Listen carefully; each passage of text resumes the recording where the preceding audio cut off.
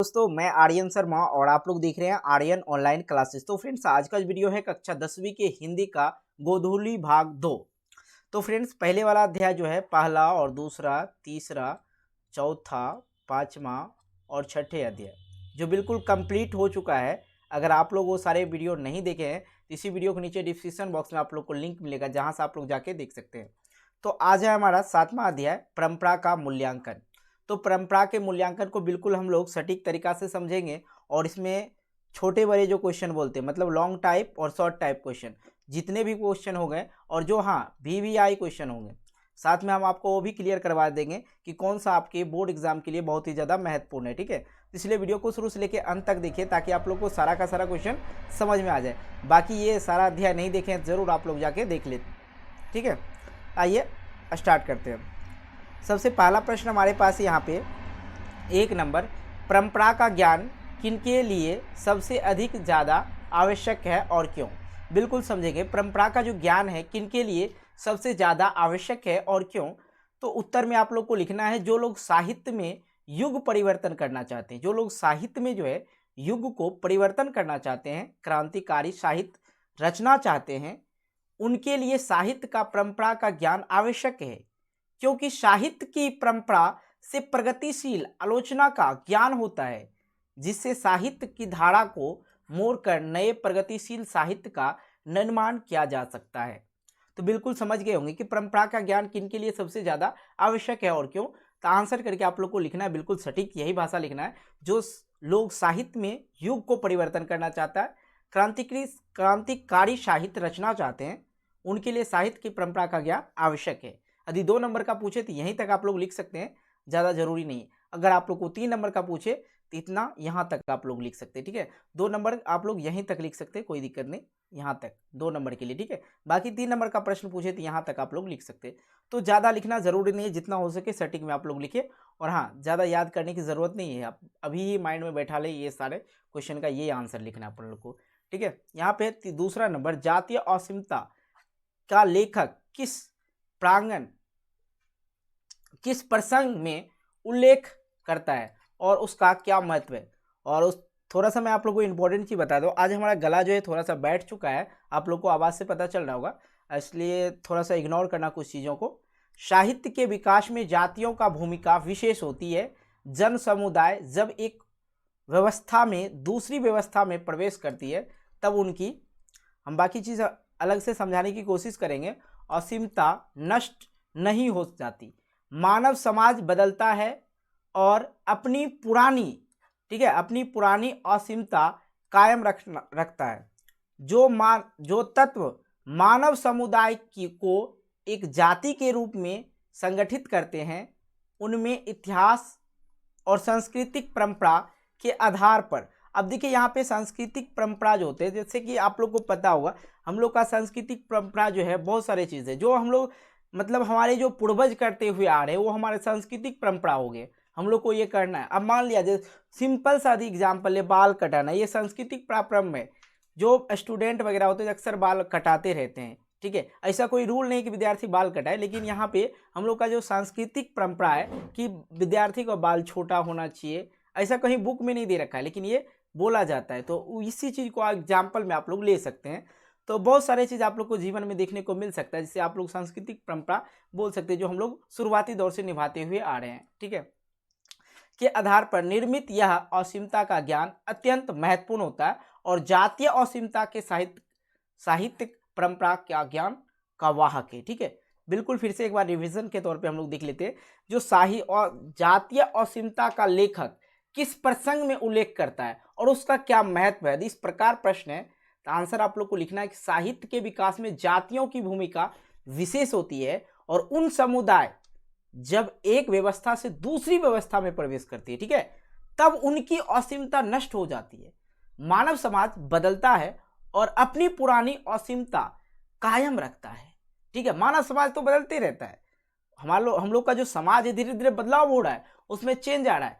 पहले के ज़माने में बूढ़े लोग जो थे, अभी वो बूढ़े हो गए, पहले तो जवान थे, वो लोग धोती वगैरह पहनते थे, हम लोग जीन्स पहनते हैं वगैरह, सब बहुत सारा ड्रेस आ गया वो पहनते जा रहे हैं, मतलब बदलते जा रहे हैं, लेकिन वो जो पुरानी कुछ चीज़ें हैं उसको हम लोग कायम रख रहे हैं। ठीक है, जो तत्व मानव समुदाय की एक जाति के रूप में संगठित करते हैं उनमें इतिहास और सांस्कृतिक परंपरा के आधार पर निर्मित है। यह असीमता का ज्ञान अत्यंत महत्वपूर्ण है और जातीय असीमता साहित्य परंपरा का ज्ञान का वाहक है। तो बिल्कुल क्लियर हो गया, इस प्रकार आप लोग आंसर करेंगे।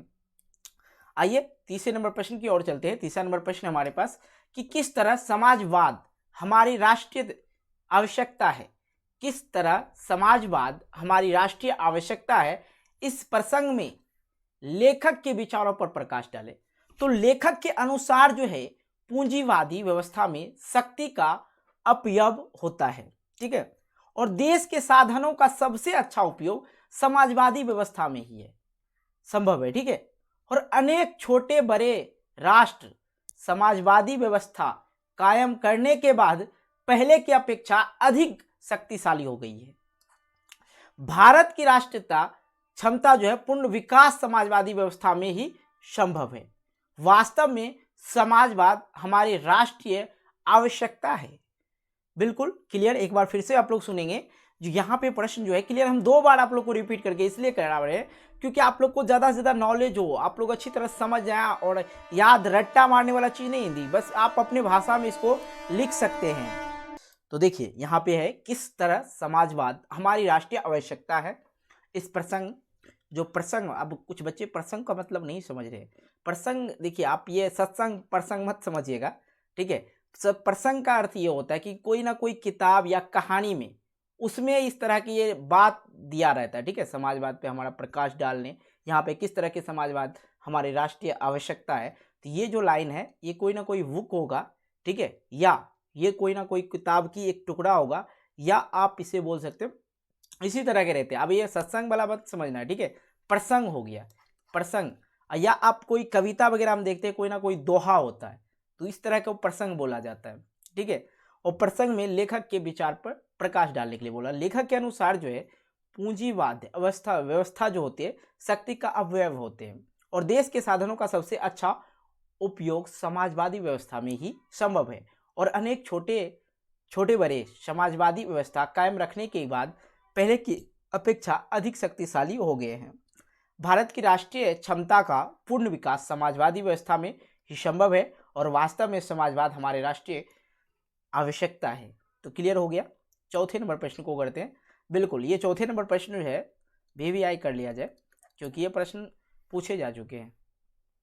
परंपरा के मूल्यांकन में साहित्य के वर्गीय आधार का विवेक लेखक क्यों महत्वपूर्ण मानते हैं, ठीक है। तो परंपरा का मूल्यांकन में साहित्य के वर्गीय के आधार पर विवेक लेखक क्यों महत्वपूर्ण मानते हैं, ठीक है। देखिए लेखक के अनुसार परंपरा के मूल्यांकन में साहित्य के वर्गीय आधार पर ज्ञान महत्वपूर्ण है। वैसे भी आप लोग जानते हैं ज्ञान बहुत ही ज्यादा महत्वपूर्ण है और इसका मूल्यांकन करते हुए सबसे पहले उस साहित्य का मूल्य निर्धारित करते हैं जो शोषक वर्गों के विरुद्ध जनता के हितों में प्रतिबंधित करता है, ठीक है। और इसके साथ हम उस साहित्य पर भी ध्यान देते हैं और जिनका रचना आधार शोषित जनता का श्रम है, ठीक है। इतना आप लोग इसमें लिखेंगे। आइए 5वें नंबर प्रश्न की ओर चलते हैं। ये सब शॉर्ट प्रश्न है, वैसे ये शॉर्ट प्रश्न में पूछे जाते हैं जो आप लोग को 2 या 3 मार्क्स का पूछा जाता है, ठीक है। तो जितना हो सके आप लोग अपने भाषाओं में लिखने की कोशिश करें, ठीक है। और किताबी भाषा बहुत कम यूज़ करना है। तो साहित्य के निर्माण में प्रतिभा की भूमिका स्वीकार करते हुए लेखक किन खतरों से आगाह करता है, ठीक है।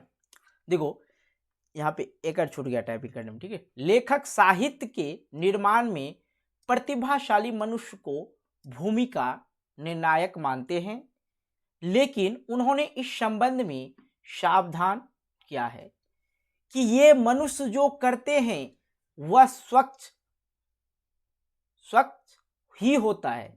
यह आवश्यक नहीं है, उनके श्रेष्ठ रचना में दोष नहीं हो सकते हैं, ऐसी कोई बात नहीं है। उनके कृतित्व को दोष मुक्त मान लेना साहित्य के विकास में खतरनाक सिद्ध हो सकता है। प्रतिभाशाली मनुष्य की अद्वितीय उपलब्धियों के बाद कुछ नया और उल्लेखनीय करने की गुंजाइश बनी रहती है। इस प्रकार से आप लोग 5वें नंबर का आंसर करेंगे। 6ठे नंबर है कि साहित्य का कौन सा पक्ष अपेक्षाकृत अस्थायी होते हैं, इस संबंध में लेखक की राय को स्पष्ट करें। ठीक है, अब सुनिएगा, साहित्य मनुष्य के संपूर्ण जीवन के संबंध में आर्थिक जीवन के अलावा मनुष्य एक प्राणी के रूप में भी अपना जीवन बिताते हैं। ठीक है, और साहित्य में उसकी बहुत सी आदिम भावनाएं प्रतिफलित होते हैं जो उसे प्राणी मात्र से जोड़ती है। इस बात को बार बार कहने में कोई हानि नहीं है।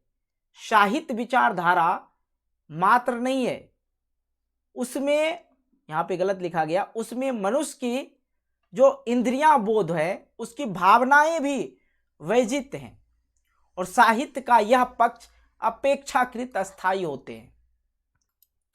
7वें नंबर प्रश्न को करते हैं, बहुजातीय राष्ट्र की हैसियत से कोई भी देश भारत का मुकाबला क्यों नहीं कर सकता है। फिर से समझेंगे प्रश्न को, बहुत ही अच्छा प्रश्न है। ठीक है, इंपॉर्टेंट प्रश्न, इसको लिखना है, इंपॉर्टेंट करके लिख लेना है कि बहुजातीय राष्ट्र की हैसियत से भी कोई भी देश भारत का मुकाबला क्यों नहीं कर सकता। देखिए, भारत के पास हर कुछ है। ठीक है, थोड़ा टेक्नोलॉजी में हम लोग पीछे हैं, लेकिन भारत वाला डंडा से भी मारना चाहे ना तो कोनो देश को मार सकता है, उसमें कोई दुराई नहीं है। भारत में सबसे बड़ी चीज क्या है? हिम्मत है। हम लोग हिम्मत से रहते हैं, खास करके वो लोग जो बिहार से बिलोंग करते हैं। तो अक्सर जो स्टूडेंट है हमारे वो बिहार से ही बिलोंग करते हैं, तो उनको पता होगा उनमें कितने जज्बा होते हैं। अगर बिहार के बंदे को छोड़ दिया जाए, जो सड़क पे घूमते हैं उनको छोड़ दिया जाए, तो वो तो ऐसे मार के आ जाएंगे। जहाँ जितना उनके पास आतंकवादी नहीं होगा दूसरे देश वाले के लिए, वो यहाँ तो सड़क पे घूमते रहते लड़के उतने। ठीक है, इसलिए इस चीज़ को छोड़िए, आइए इस प्रश्न को करते हैं। तो यहाँ पे हैसियत की बात है, तो संसार का कोई भी देश बहुजातीय राष्ट्र के हैसियत से इतिहास को ध्यान में रखें तो भारत का मुकाबला नहीं कर सकता है। यहाँ राष्ट्रीयता एक जाति द्वारा दूसरी जातियों पे राजनीतिक प्रभावित कायम करके स्थापित नहीं हुई है, वह मुख्यतः संस्कृति और इतिहास की देन है। संस्कृति और इतिहास की देन है। इस देश के तरह अन्यत्र साहित्य परंपरा, ठीक है, का मूल्यांकन महत्वपूर्ण नहीं है। अन्य देश की तुलना में इस राष्ट्र के सामाजिक विकास में कवियों की विशिष्ट भूमिका है। और बता दें आपको कि भारत से ही बड़ा कवि, ठीक है, और भारत के जब, और आप लोग स्वामी विवेकानंद की कहानी सुनेंगे तो कुछ बहुत बड़े कहानी थे, तो यहाँ पे मैं वो कहानी नहीं बता सकता हूँ, नहीं तो टाइम आप लोग का चला जाएगा। तो वहाँ पे भी बहुत बड़ा वो नाम कमाए थे, अपने देश में नहीं दूसरे देश में भी। तो ऐसे ऐसे इंसान है भारत में जो यहाँ पे उनको काम नहीं मिलता तो वो दूसरे देश में काम कर रहे हैं, हम लोग के लिए काम कर रहे हैं। ठीक है, लेकिन उनका नाम नहीं होता, हम लोग का नाम नहीं होता, और प्रोडक्ट पे लिखा होता है मेड इन चाइना, लेकिन वहाँ पे भी बनाते हैं भारतीय, कुछ ऐसे भारतीय हैं जो ये चीज़ का निर्माण करते हैं। ठीक है, तो भारतीय जो है आज किसी से भी कम नहीं है। आर्थिक स्थिति में थोड़ा हम लोग कमज़ोर पड़ जाते हैं, लेकिन कम किसी से नहीं है।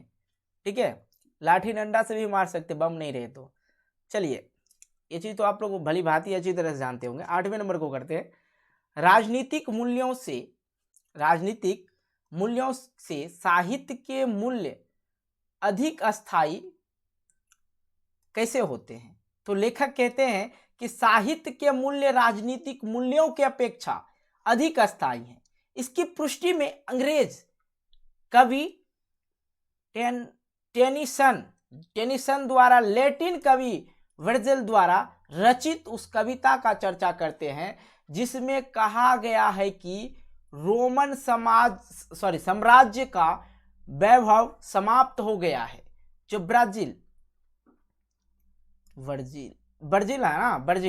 वर्जिल के काव्य सागर की ध्वनि तरंगे हमें आज भी सुनाई देते हैं और हृदय को आनंद विहल कर देती है। तो राजनीतिक मूल्य से साहित्य के मूल्य अधिक अस्थायी कैसे होते हैं? आप लोग समझ सकते हैं कि लेखक कहते हैं कि साहित्य के मूल्य राजनीतिक मूल्यों की अपेक्षा अधिक अस्थायी है। इसकी पुष्टि में अंग्रेजी कवि थे, पोएट थे, उसका नाम था टेनिसन द्वारा लैटिन कवि वर्जिल पर रचित उस कविता का चर्चा करते हैं जिसमें कहा गया है कि रोमन साम्राज्य का वैभव समाप्त हो गया है, पर ब्राजील के काव्य सागर है उसकी ध्वनि तरंगे आज भी हमें सुनाई देते हैं और हृदय का आनंद विहल कर देते हैं। आइए उसी प्रकार से हम लोग 90 नंबर प्रश्न को करते हैं और उसके बाद ये सारा तो शॉर्ट प्रश्न हम आपको बता रहे हैं, उसके बाद कुछ लॉन्ग प्रश्न को भी हम लोग करने वाले हैं। ठीक है, तो भारत की बहुजातीय मुख्यतः संस्कृति और इतिहास की देन है। कैसे? भारत का बहुजातीयता मुख्यतः संस्कृति और इतिहास की देन है। कैसे? तो समझिएगा मेरे दोस्त कि भारतीय सामाजिक विकास में व्यास और वाल्मीकि जैसे कवियों की विशेष भूमिका रही है। भाई महाभारत और रामायण भारतीय साहित्य का एकता स्थापित करता है। इस देश के कवियों ने अनेक जाति की असीमता के सहारे यहाँ की संस्कृति का निर्माण किया। भारत में विभिन्न जातियों का मिला जुला इतिहास रहा है। समरसता स्थापित करना सिखाया। यही भाव राष्ट्रीयता की जड़ को मजबूत किया। अब ये तो शॉर्ट प्रश्न थे, समझ चुके होंगे आप लोग।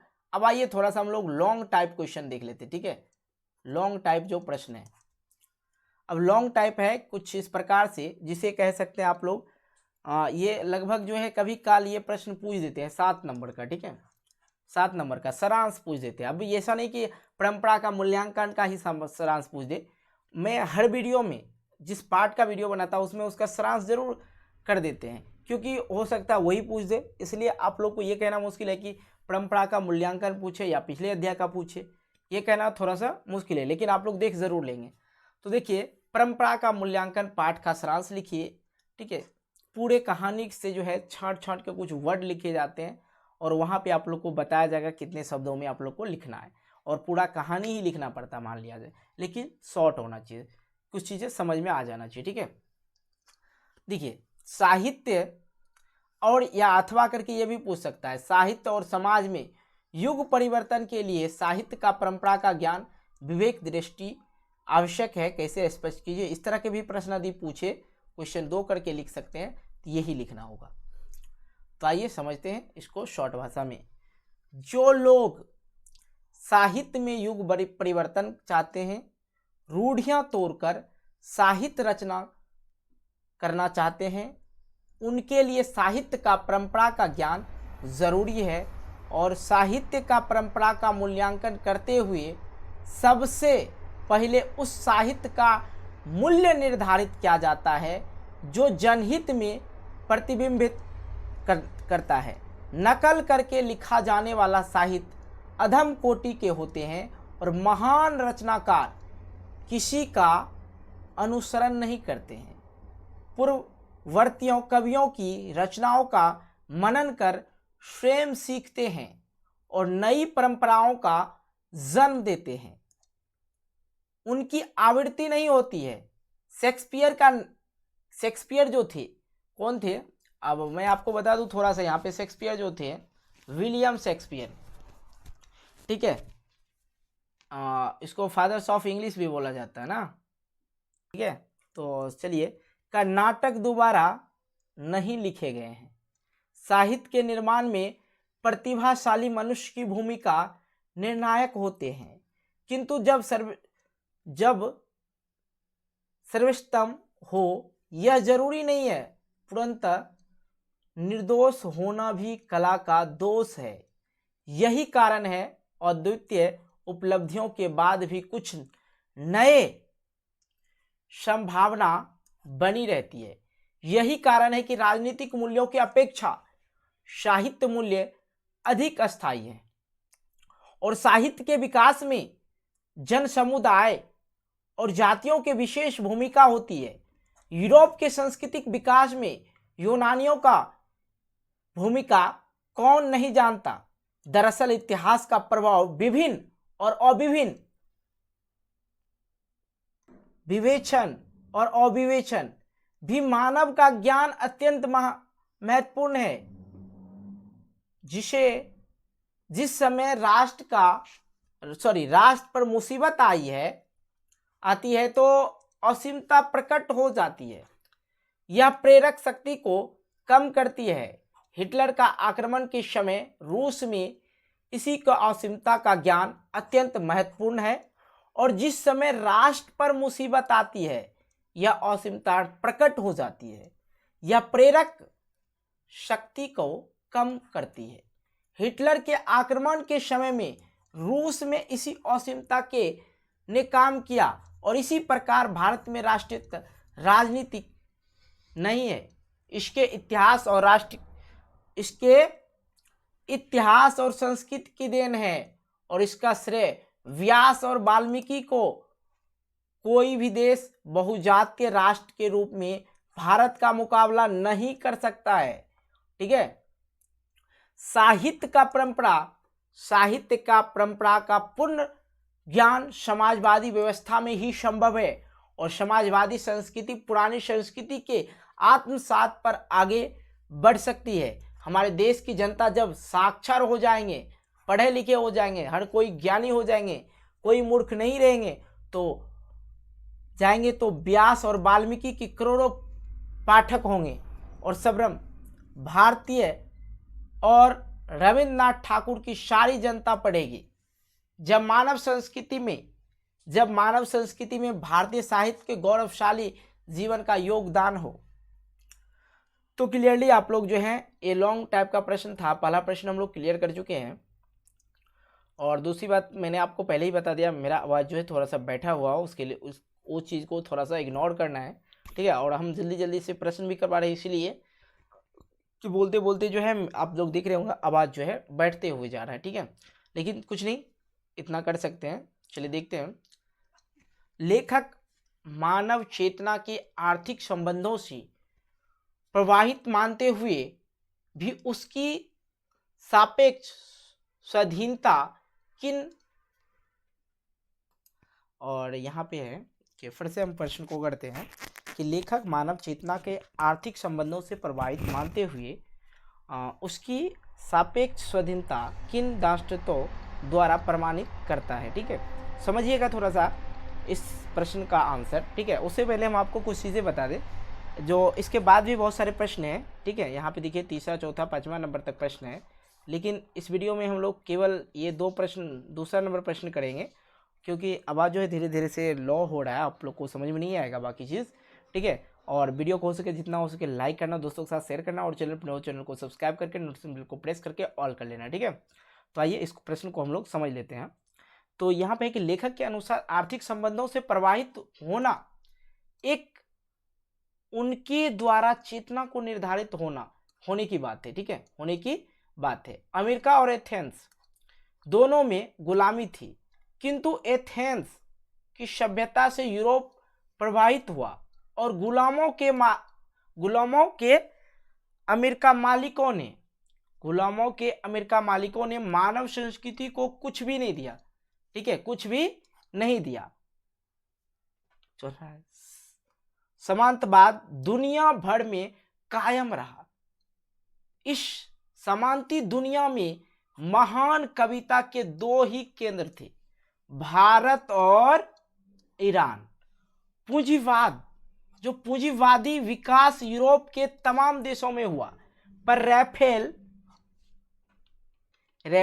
और लियोनार्दो दा विंची और माइकल एजोली। ठीक है। एजोली। तो यहाँ पे आप लोग को जो है बुक में इसका कुछ नाम चेंज होगा।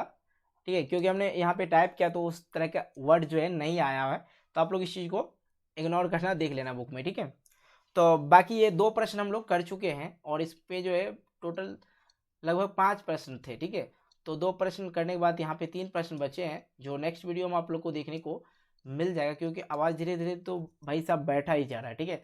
तो भाई इतना करना है, तो आप लोग को करना क्या होगा, दूसरा वीडियो देखना है। सेकंड वीडियो जो आप लोग को देखने के लिए मिलेगा वो कैसे मिलेगा, इस वीडियो को जो है लाइक बहुत ज़्यादा करना है। ठीक है। जितना बच्चे देख रहे हो सारे सारे लाइक कर देना और दोस्तों के साथ शेयर भी कर देना है, ठीक है। और चैनल पर नए हो चैनल को सब्सक्राइब करके नोटिफिकेशन बेल को प्रेस अधिक कर लेते हो आप लोग को, तो इसका जितना भी वीडियो आएगा हिंदी का, सोशल साइंस का, संस्कृत का, सारा वीडियो आप लोग देख सकते हो बिल्कुल फ्री ऑफ कॉस्ट, ठीक है। तो मिलते हैं एक नए वीडियो को लेकर, तब तक के लिए बाय, जय हिंद, जय Bharat, take care, good bye.